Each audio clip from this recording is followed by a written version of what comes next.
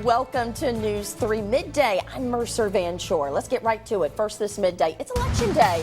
News 3 has you covered. We start with our coverage from the latest from the Muskogee County Board of Elections office. That's where Greg Lloyd joins us now live. Hi, Greg. So far, so good, Mercer. That is the word here from the Muskogee County Board of Elections office this midday. So far, no major problems to report, but someone who can tell you much more about it than I can is the Supervisor of Elections and Voter Registration, Ms. Nancy Boren, who joins us now live. First of all, Ms. Boren, thank you for taking time out to join us on this busy day. Thanks for having me. Ms. Boren, how would you characterize today's voting process so far? It's been very smooth so far. All precincts were open at 7 a.m. and we have no lines for voting.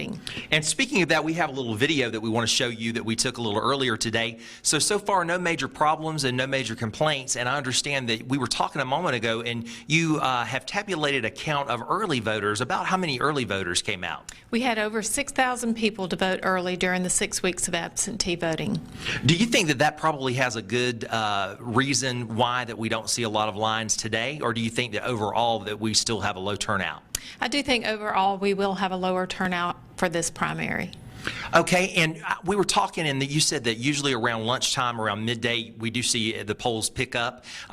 Will you talk a little bit about that and when, again, we might see a spike? Yes, we will see a larger turnout at noon as well as at 5 o'clock. 5 o'clock, so people still have plenty of time to come on out and get their ballots cast. If you had to give advice to people who say that they just don't feel like that their vote counts, what would you tell them? I would tell them that every vote counts and your vote is your voice. Your vote is your voice. And truly, there's a lot of people who out there who we still want to get to come out, and they still have a long time. One question that we have for you, too, is if you're in line at 7 o'clock and you were in line to vote, what happens if the polls close and I'm waiting to vote?